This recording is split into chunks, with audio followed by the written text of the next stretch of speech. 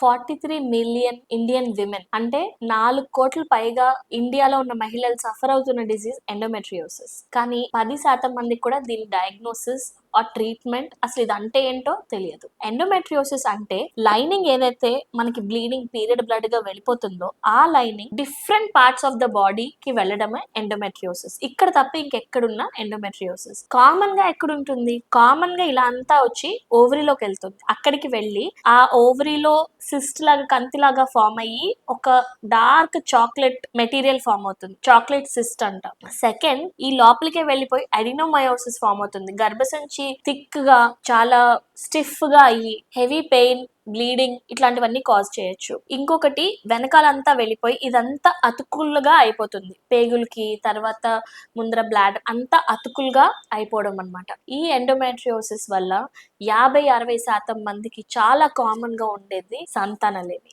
Infertility, one of the main causes. కానీ most underdiagnosed, అంటే అది ఉందని వాళ్ళకి కానీ ఇంకెవరికి కానీ తెలియకుండా. సో మనకి అసలు ఉందా లేదా తెలియకపోతే దానికి కరెక్ట్ ట్రీట్మెంట్ అందదు. It is very important to know మనకి ఎప్పుడు ఎండోమెట్రియోసిస్ ఉండొచ్చు అని. ఇన్ఫర్టిలిటీలో కామన్ గా ఉంటుంది. And period pains, severe period pain, లేకపోతే కొన్నిసార్లు పీరియడ్ లేకపోయినా కింద డ్రాగింగ్ లోపల పెయిన్, యూరిన్కి వెళ్ళినప్పుడు బాత్రూమ్కి వెళ్ళినప్పుడు కూడా పెయిన్, హస్బెండ్ తో కలిసినప్పుడు పెయిన్, ఇవి ఒక common symptom. And pain symptoms లేకపోయినా అన్ని బాగున్నా 70% of women with unexplained infertility, అంటే ఎగ్ రప్చర్ అవుతుంది, ట్యూబ్స్ ఓపెన్ ఉన్నాయి, హస్బెండ్ స్పర్మ్ కౌంట్ బాగుంది కానీ పిల్లలు పుట్టట్లేదు. అన్ఎక్స్ప్లెయిన్డ్ ఇన్ఫర్టిలిటీలో కూడా some component of endometriosis common గా చూస్తున్నాం. ఈ ఎండోమెట్రియోసిస్ జస్ట్ సర్ఫేస్ మీద కనిపించవచ్చు, లేకపోతే మొత్తం అతుకుపోయి ఉండొచ్చు. మీకు పేగుల్లోకి, యూరినరీ బ్లాడర్ లోకి, లేకపోతే ఇంకెక్కడన్నా బాడీలో ఎక్కడన్నా రావచ్చు. సో ఎండోమెట్రియోసిస్ అనేది బాగా